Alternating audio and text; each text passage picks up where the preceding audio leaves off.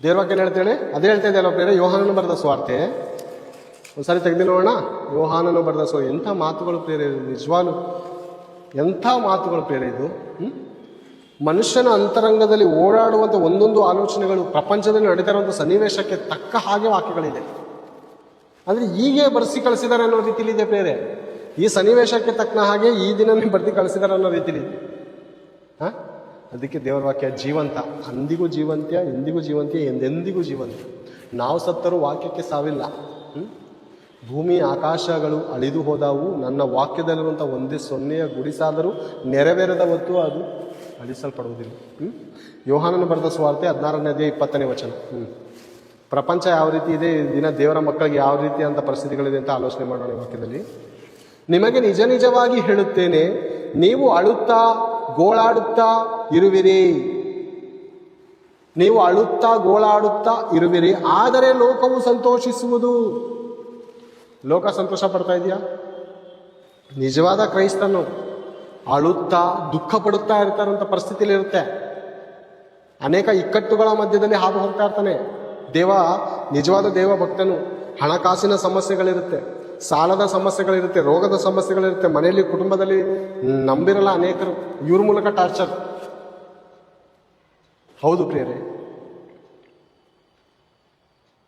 ಅಳುತ್ತಾ ಗೋಳಾಡುತ್ತಾ ಇರುವರೆ, ಆದರೆ ಲೋಕವು ಸಂತೋಷಿಸುವುದು. ಲೋಕದಲ್ಲಿ ನೋಡ್ತಾ ಇದೀವ, ಹಬ್ಬ, ಜಾತ್ರೆ,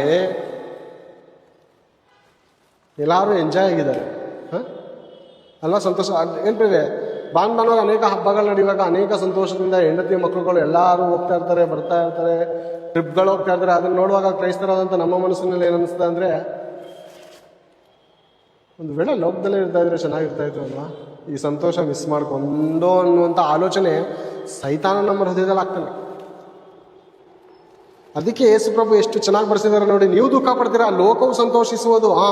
ಆದರೆ ನಿಮ್ಮ ದುಃಖವು ಹೋಗಿ ಆನಂದ ಬರುವುದು. ಒಬ್ಬ ಸ್ತ್ರೀ ಹೆರುವಾಗ ತನ್ನ ಬೇರೆಯ ಕಾಲ ಬಂತೆಂದು ಆಕೆಗೆ ದುಃಖವಾಗುತ್ತದೆ, ಆದರೆ ಕೂಸನ್ನು ಹೆತ್ತ ಮೇಲೆ ಲೋಕದಲ್ಲಿ ಒಬ್ಬ ಮನುಷ್ಯನು ಹುಟ್ಟಿದಾನೆಂಬ ಆನಂದದಿಂದ ಸುಖವಾಗಿರುವಳು. ಏನ್ ಬೇರೆ, ಲೋಕ ಸಂತೋಷಿಸುತ್ತಾ ಖಂಡಿತ ಸಂತೋಷಿಸುತ್ತೆ, ನಮಗೆ ದುಃಖ ಆಗುತ್ತಾ ಖಂಡಿತ ದುಃಖವಾಗುತ್ತೆ. ದುಃಖ ಪಡುವವರೇ ಧನ್ಯರು, ಸಮಾಧಾನ ಹೊಂದುವರು. ದುಃಖ ಪಟ್ರೆ ಸಮಾಧಾನ ಸಿಗುತ್ತೆ. ಮೊದಲೇ ಸಮಾಧಾನ ಪಟ್ರೆ ದುಃಖ ಸಿಗುತ್ತೆ. ಈ ಒಂದು ರೀತಿಯ ಆಲೋಚನೆ ಮಾಡ್ಕೊಳ್ಳಿ ಪ್ರೇರೆ. ತಾಯಿ ಗರ್ಭದಿಂದ ಹುಟ್ಟಿ ಬರುವಾಗ ಮಗು ಒಂದು ವೇಳೆ ಅಳ್ಳಿಲ್ಲ ಅಂದ್ರೆ ಡಾಕ್ಟರ್ಗೆ ಡೌಟ್. ಮಗು ಯಾಕೋ ಸೈಲೆಂಟ್ ಆಗಿದೆ, ಹೋಗ್ಬಿಟ್ಟಿದ್ಯಾ, ಬದುಕಿದ್ಯಾ ಅಂತ ಡೌಟ್ ಮೇಲೆ ಏನು ಮಾಡ್ತಾರೆ, ಬೆನ್ನ ಮೇಲೆ ಬೇರೆ ಬಗ್ಗಿಸಿ ಕಾಲು ಹಿಡ್ಕೊಂಡು ಪಟಾಪಟ ಅಂತ ಹೊಡಿತಾರೆ. ಮಗುಗ ತಡೀತಾ ಅಂದ್ರೆ ಅವ್ರಿಗೆ ಗೊತ್ತು ಬೇರೆ, ಈತನು ಅಳ್ಳಿಲ್ಲ ಅಂತ ಅಂದ್ರೆ ಡೇಂಜರ್ ಪೊಸಿಷನ್ಗಳಿದ್ದಾನೆ.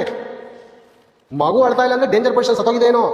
ಈಗ ವರದಿ ಅಳಿಸ್ತೀನಿ ಅತ್ತೆ ಉಸಿರಾಟದ ತೊಂದರೆಯಿಂದ ಹೊರಗಡೆ ಬರ್ತಾನೆ. ಒಂದು ಉಸಿರಾಟದ ತೊಂದರೆಯಿಂದ ಅದು ಹಾಗೆ ಇರ್ಬೋದೇನೋ, ಪ್ರಾಣ ಹೋಗುವಂಥ ಸಂಭವ ಇರುವಂಥ ಪರಿಸ್ಥಿತಿ ಇದ್ದಾಗ ಬೆನ್ನಿನ ಮೇಲೆ ಹೊಡೆದು ಉಸಿರಾಡುವಂಥ ಪರಿಸ್ಥಿತಿಗೆ ತರ್ತಾರೆ. ಮಗು ಅಳುತ್ತಾ ಖಂಡಿತ ಅಳುತ್ತೆ.